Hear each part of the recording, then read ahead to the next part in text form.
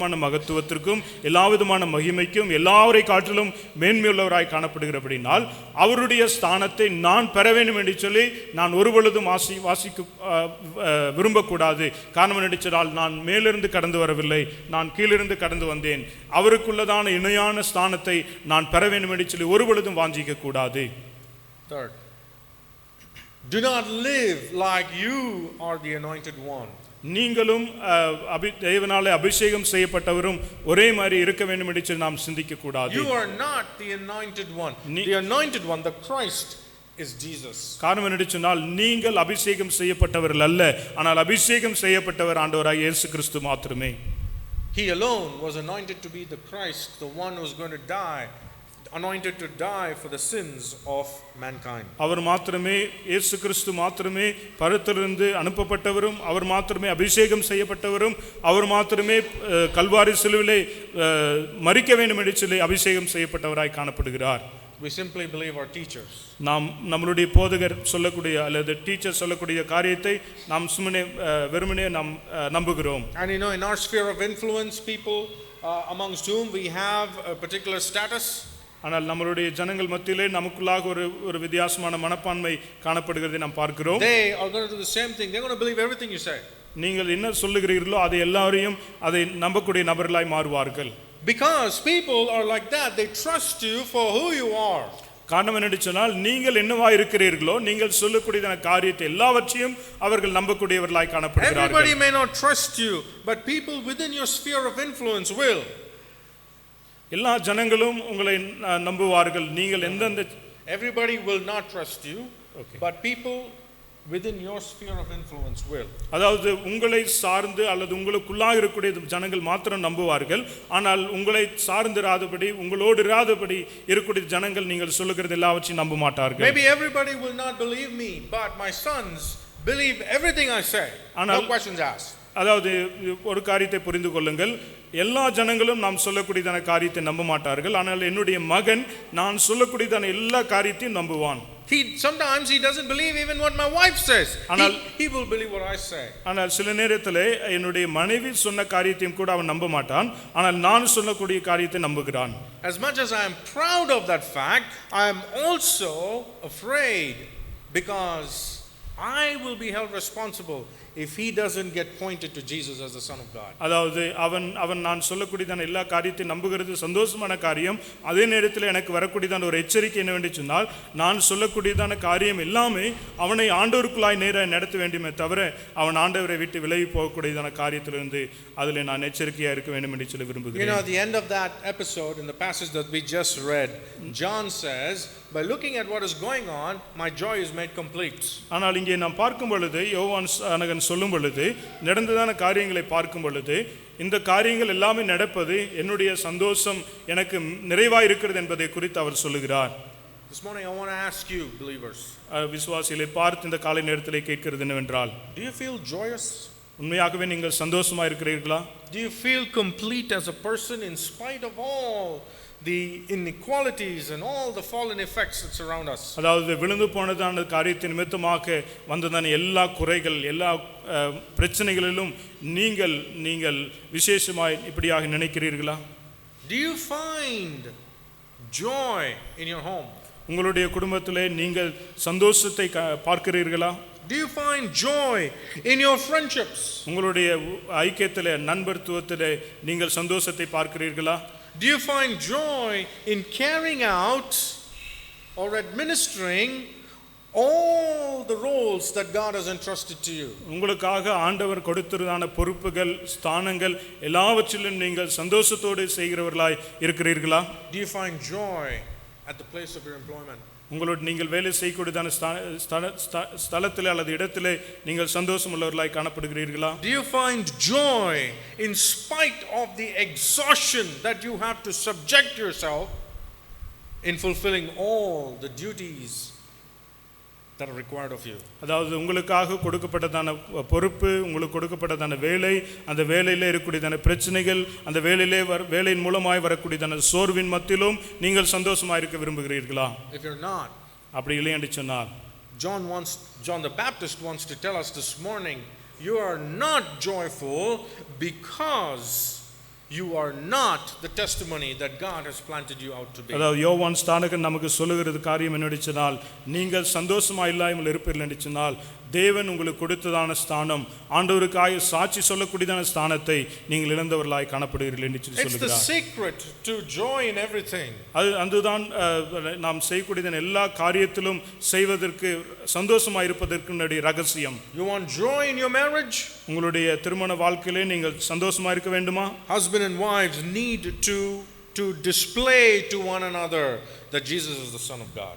கணவனும் மனைவியும் இருவரும் இணைந்து ஆண்டவராகிய இயேசு கிறிஸ்துவே மெய்யான தேவன் என்பதை காண்பிக்க வேண்டும். Romance is not going to take you far long. உங்களுடைய அந்த திருமண காதலானது உங்களை எல்லா நேரத்திலும் எடுத்து செல்ல முடியாது.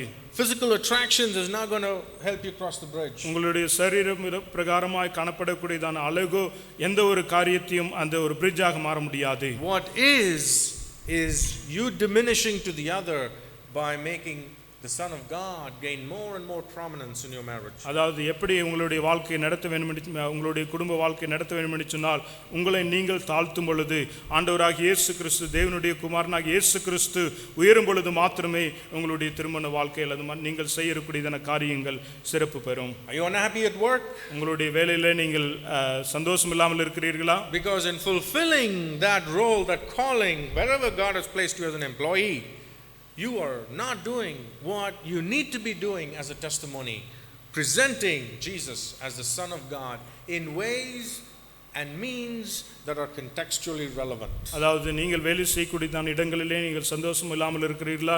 உங்களுக்கு கொடுக்கப்பட்டதான பொறுப்பு, உங்களுக்கு இடத்தில் எதிர்பார்க்கப்பட்டதான காரியங்கள் எல்லாவற்றையும் நீங்கள் செய்யும் பொழுது அந்த இடத்துல நீங்கள் ஆண்டவருக்கு சாட்சியுள்ளவர்களாக சூழ்நிலையை புரிந்து சூழ்நிலைக்கு ஏற்ற விதமான சாட்சியை நீங்கள் வாழ வேண்டியது மிக அவசியமாக இருக்கிறது. What's the difference between joy and happiness? அதுதான் சந்தோஷத்திற்கும் மனமகிழ்ச்சியாக இருப்பதற்கும் வித்தியாசம். One man of God said this. ஒரு தேவ மனுஷன் இப்படியாக சொன்னார், happiness is an emotion. மனமகிழ்ச்சி என்பது ஒரு உணர்ச்சிகரமாய் வரக்கூடியதான ஒரு காரியம். Joy is not an emotion. Joy is a power. It is an instrument that God gives to you no matter what your situation is. ஆனால் மனமகிழ்ச்சியாக இருப்பது ஒரு உணர்ச்சிகரமாய் வரக்கூடியதான காரியமாக இருக்கிறது.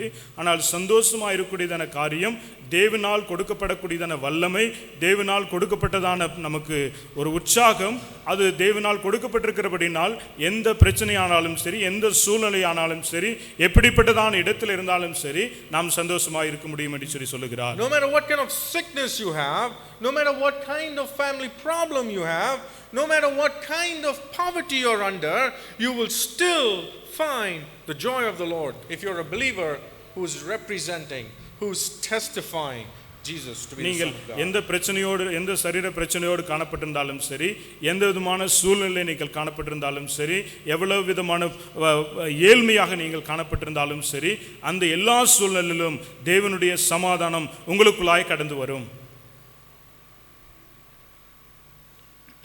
Some of the greatest people, the greatest pillars of faith that have walked on the face of the earth come from broken homes. சில நேரங்களில் நாம் வேதத்திலிருந்து பார்க்கும் பொழுது அல்லது உலக சத்தியத்திலே பார்க்கும் பொழுது விசுவாசத்திலே உயர்ந்த ஸ்தானத்தை கொண்டிருந்த தலைவர்கள், விசுவாசத்திலே உயர்ந்த வாழ்க்கை வாழ்ந்த நபர்களை பார்க்கும் பொழுது அவர்கள் எல்லோரும் ஏழ்மையின் குடும்பத்திலிருந்து வந்தவர்களாய் காணப்படுகிறார்கள். உடைக்கப்பட்டதான குடும்பங்களிலிருந்து வந்தவர்களாய் காணப்படுகிறார்கள். I don't know what family situation that you are currently involved in. எனக்கு தெரியாது நீங்கள் உங்களுடைய குடும்பத்திலே எந்த விதமான பிரச்சனையோடு இருக்கிறீர்கள் என்று சொல்லி எனக்கு தெரியாது. Maybe your family is broken. ஒருவேளை உங்களுடைய குடும்பமானது உடைக்கப்பட்டிருக்கலாம். Maybe your parents are dead. ஒருவேளை உங்களுடைய பெற்றோர்கள் இழந்து போயிருந்திருக்கலாம். Maybe your parents are still alive but it makes no difference. அவங்களுடைய பெற்றோர்கள் ஜீவனோடு காணப்பட்டிருந்தாலும் கூட எந்த ஒரு மாற்றத்தையும் ஏற்படுத்தாதவர்களாய் காணப்படலாம். Because they're not in the right terms with each other. காரணம் என்னடி சொன்னால் அவர்கள் கணவனும் மனைவியுமாக அல்லது பெற்றோர்களாக சரியான ஸ்தானத்தில் இல்லாமல் இருக்கிறதை பார்க்கலாம். Maybe you come from a home that is deep in poverty. நீங்கள் ஒருவேளை மிகவும் பண பிரச்சனையிலே, ஏழ்மையின் பிரச்சனையில இருந்து வரக்கூடியதான ஒரு நபராய் காணப்பட்டிருக்கலாம். Maybe you come from a home that is entrenched in debt. அது மாத்திரமில்லாமல் நீங்கள் வந்திருக்கூடியதான குடும்பத்திலே ஏதோ ஒரு கடன் பிரச்சனையிலே மாட்டிக்கொண்டு வெளியே வர முடியாதபடி கஷ்டத்திலே இருக்கக்கூடிய ஒரு நபராய் நீங்கள் கடந்து வந்திருக்கலாம். Maybe you find it shameful to identify yourself as belonging to this particular locality or this particular family. இந்த குடும்பத்திலிருந்து வந்திருக்கிறோம், இந்த இடத்திலிருந்து வந்திருக்கிறோம், இந்த பகுதியிலிருந்து வந்திருக்கிறோம் என்று சொல்லி உங்களை நீங்கள் சொல்லி உங்களுடைய ஸ்தானத்தை வெளிப்படுத்துவதற்கு நீங்கள் தயக்கம் உள்ளவர்களாய் காணப்படக்கூடிய ஒரு நபராய் காணப்பட்டிருக்கலாம். My dear beloved, that does not qualify you from not being a person who can represent or testify Jesus to be the Son of God. அருமையான சகோதர சகோதரிகளே, அந்த விதமான ஸ்தானங்கள், அந்த விதமான காரியங்கள் நீங்கள் தேவனுக்கு சாட்சியா இருப்பதற்கு அதுதான் முக்கியம் என்று சொல்லி அர்த்தமல்ல. Maybe you're a wife who pours out laboriously in love for your husband and the children.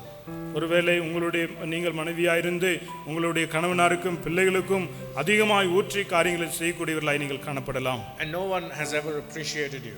நீங்கள் அப்படி செய்யும் பொழுது உங்களை யாரும் பாராட்டாமல் காணப்பட்டிருக்கலாம். Or maybe you find yourself to be the epicenter of all blames. When anything goes wrong, people find it convenient to blame you. அப்படியா இருக்கும் பொழுது நீங்கள் உங்களுடைய வாழ்க்கையில ஏதாவது ஒரு பிரச்சனை வந்ததுன்னு சொன்னால், குடும்பத்திலே பிரச்சனை வந்தது, மற்றவர் மூலமாய் பிரச்சனை வந்ததெல்லாம் அந்த பிரச்சனைக்கு நீங்கள் தான் காரணம் என்று சொல்லி உங்களை யாராவது தவறாக நினைப்பார்கள் என்று சொன்னால், maybe people mock and make fun of you.